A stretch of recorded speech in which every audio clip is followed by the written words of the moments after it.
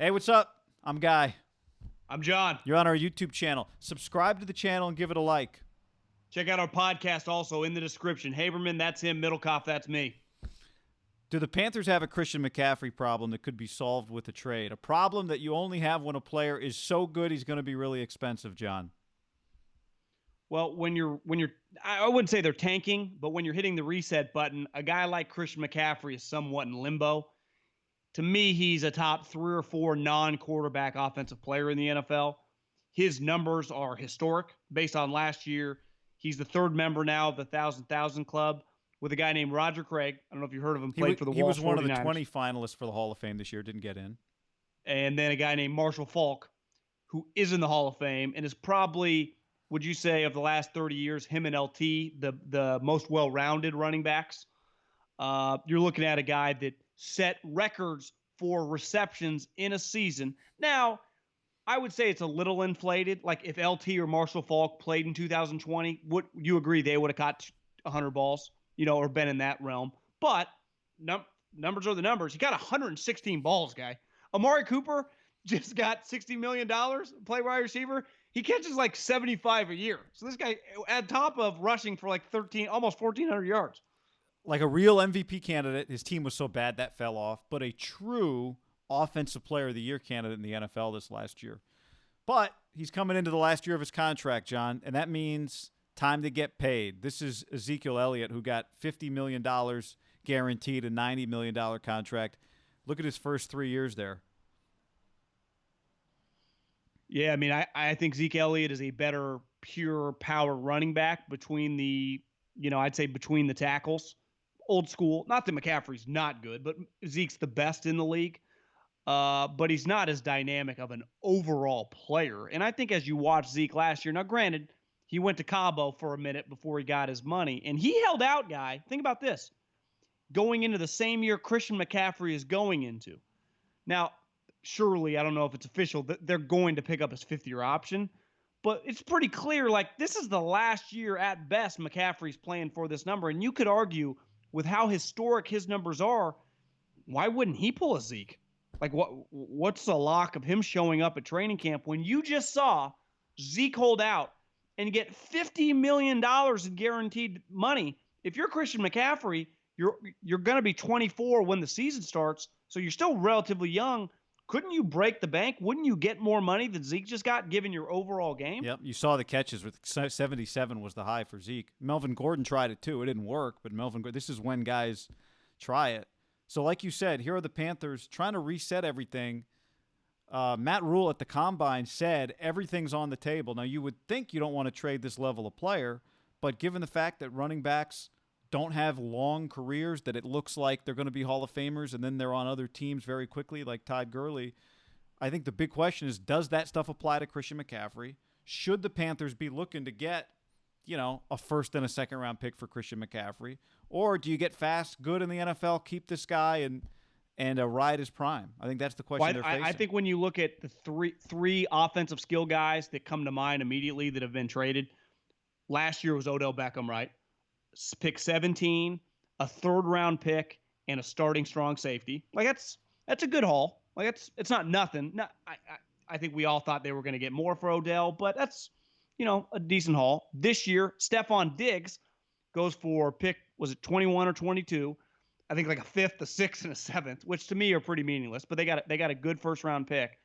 And then the kind of the head scratcher was DeAndre Hopkins, who granted is older and is going to need new money, got traded for a good second round pick and an overpaid running back. So you probably throw that deal in the trash. I would say Diggs and Beckham kind of intertwine then somehow and see what McCaffrey would be worth. Again, given that you're not talking about a running back, you're talking about an overall skill position, just an elite playmaker. And given that, John, if I'm the Panthers, I couldn't take I don't think I could take less than 2 ones and tell my fans like we're on the right track here, because I don't think this guy is I don't think he's 2 years away from being washed up, because like you said, he's not a true running back. I think if you went and watched Christian McCaffrey's college tape, it would match up with Reggie Bush's. And I think Christian McCaffrey is everything that the best case scenarios that painted for Reggie Bush were, except he's a better runner between the tackles than anyone even thought Reggie was going to be. Well, I think you bring up a good point with the Panthers.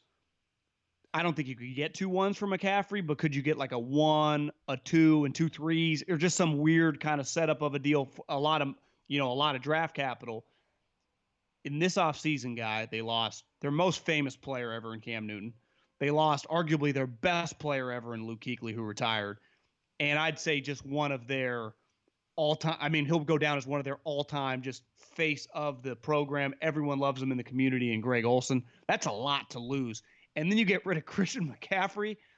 Not to mention Ron Rivera was the face, one of the faces of the franchise. Yeah, I think, but you could argue that this is the time when Right. you're just kind of hitting the complete reset button. The Colts did it once upon a time with Marshall Faulk. The Cowboys are a good blueprint, I think, of what Matt Rule somewhat looks to be doing with Jimmy Johnson. You just completely start over, and then you just turn it over in your own mind. To me, if you traded McCaffrey, let's say for a 1 and 2 2s, the fans would be pissed. But I don't think you're just saying, like, we just need to start completely over. We're maximizing a guy who's going to be asking for, who knows, if he doesn't hold out this year, could we be looking at $60 million in guaranteed money? I think so. Now, and if we're going to play devil's advocate, if from the Panthers side, you'd say, look at all these touches. Like, yes, he's different than Todd Gurley. Yes, he's not a running back, but he's still touching the ball a ton. That's just a lot of wear remember, and tear. we've talked about this when we do wide receivers. We don't criticize touches and targets for wide receivers. We don't, right? but they're different when 270 of them, or what number of these are between the tackles. Yeah, screen passes and stuff. You're still getting tackled. The wide receivers are getting tackled by corners. He's still getting tackled by D linemen and linebackers. Good point. In theory, good John, scout job there, guy. In theory, he's getting tackled. To the film room. And let's see how much he's getting tackled, Middlecoff. So what makes this guy different? I mean, that's part of what we're talking about here now. This. Well, I immediately put him right up there. Marshall Faulk and LT, two best pass-catching running backs I've ever seen. They were the total package. He's them. Like, honestly, guy, through 3 years, him, LT, and Marshall Faulk, like that, he is right. Like, he's that level of player. The only reason I think people are like, are you sure? Is because he's white. But, like, you just watch the film. He dominates, guy. And this year, where all these highlights are coming from, Cam Newton is injured. He's got a quarterback that most people hadn't heard of in Kyle Allen. And every defensive coordinator has to keep first thing they say when they're about to play the Panthers, it has to be number 22 in his highlights. And he still kicked the shit out of everybody. They all know what's going to him, and it didn't even matter. All right, how about this one? His ability to make guys Not miss fair. in space. I mean, that was one of those London 6 a.m. kickoffs. Is there a guy in the league who's better in the open field right now than Christian McCaffrey? No. And that includes, to me, wide receivers. Like, he is. And this, like, I think you had a good point earlier. This looks like Stanford, does it not? Yeah, I mean, his now we go back, like Derrick Henry. He touched the ball a ton at Stanford. He has a ton, if you want to count college carries, under his belt. But he doesn't look like he's. I mean, look at the speed. Yeah, I don't think Honey Badger and Patrick Peterson are walking through that door. But actually, Patrick Peterson's still on the team. As a running back, you don't need top-end speed. To me, it's the least important attribute. But he has it. Like, the only guy that you see hawk him all season is Adoree Jackson, who was like a borderline Olympic-level track athlete. Like, the one thing Adoree does well, that's still straight line speed. You know, you're right. He scores, so it's 65-yard run. Like, his game speed, to me, is just phenomenal, right? I mean, guy, he's hauling freaking ass. All right, so you're Marty Herney, you're Matt Rule, you're the Panthers. Would you do this? I said, John, I got a 1 and 2 2s sitting here for you. And it's not the 5th pick, right? Maybe it's something somebody you need somebody who's good or thinks they can be good and also has the ability to pay him. To me, the teams that would be interested would be a lot of teams in the 20s. I mean, you're talking Patriots, Eagles, teams like that. I can't trade him with one more year, assuming I've been told he's not going to hold out on his rookie contract. Now, next year, I think you could stomach, if you were going to do a complete rebuild and draft a quarterback and completely reset it, with any sort of 1 and multiple 2s. But right now, I could not sell to my fans pick 24 and 2 picks in the 40s and 50s, right? I can't do that. Because ultimately, guy, I did draft this guy 8th. Yeah. I didn't. It's not found money. I didn't draft him 28th and he became this. I drafted him 8th. So I pointed the finger and said, this guy's going to be a great player. I think they drafted Luke Kuechly 8th. Like, you draft a guy 8th and then he becomes a superstar. You can't give him away. Like Khalil Mack, my issue with Khalil Mack trade was you drafted him 5th. He then became the defensive player of the year and you traded him for pick 24 and 19. Like that's not ideal. Here's the I like a single digit pick, but the problem is single digit teams right before the draft are usually not a player away. It's you almost have to wait till training camp and hopefully you can find a mark that you think is going to suck. Here's the other thing, John, and you and I both love college football. College football is not the NFL. But if you're Matt Rule, even if you know you have a rebuild at hand, don't you want to do it with one of the best players in the NFL, maybe the best non-quarterback offensive player in the NFL?